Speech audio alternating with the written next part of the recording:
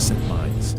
Sometimes when was the last time you had some victory?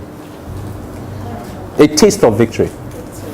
A taste. You experienced some moment of, you won something, you got something, something good happened to you, you achieved something. Anybody like that this year? When you have one victory and you've tasted one victory, confidence builds and says, it's possible. And you won't see. Let me give an example how this has worked for me. It is not possible for me to be stranded and to be worried about what to eat next month or my children's school fees next year. It's not possible. You know why? Because I've tested this victory over and over and over again. Let me tell you what I can do.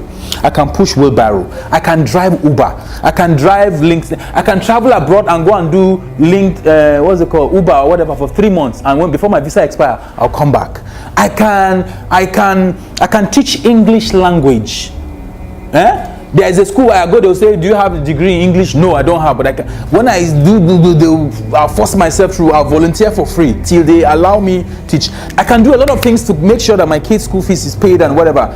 Okay, I can wash clothes and become a dry cleaner. See, I'm a barrack boy. We iron khaki. You understand what I'm talking about? You iron khaki too? No. Yeah.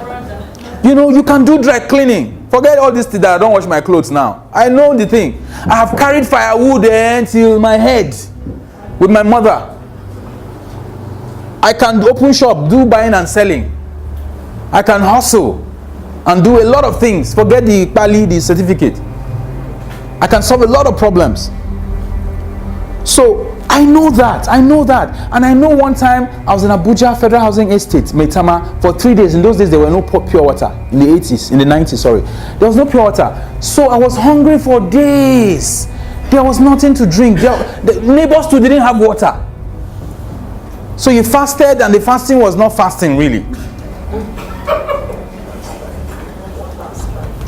Guys, I closed from work 1995. I came to my room. Do you know the furniture that was in my room? Carton on the floor.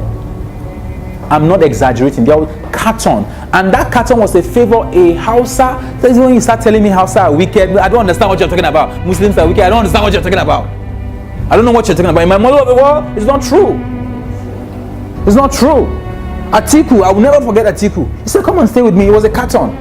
Today he's a mega rich guy in Abuja. He's even a member of the House of Reps. We slept on the carton together. We had history together.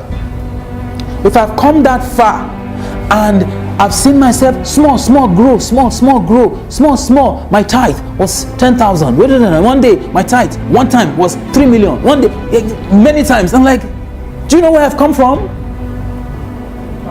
You know, so I see that no matter what happens, no matter people say, but most of my income don't come from teaching NLP.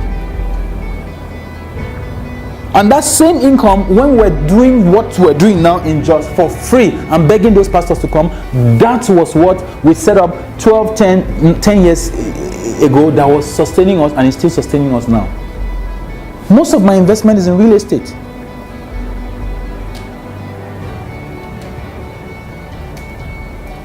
So because I know that I've tasted this victory before, there's nothing you can deceive me about it. So he says he attacks your experience. He doesn't want you to experience victory. Because if you experience victory in a thing once, twice, you say, this thing is possible. But when it's not possible, you're wondering, will it happen? So consistently, he attacks preventing your experience of victory.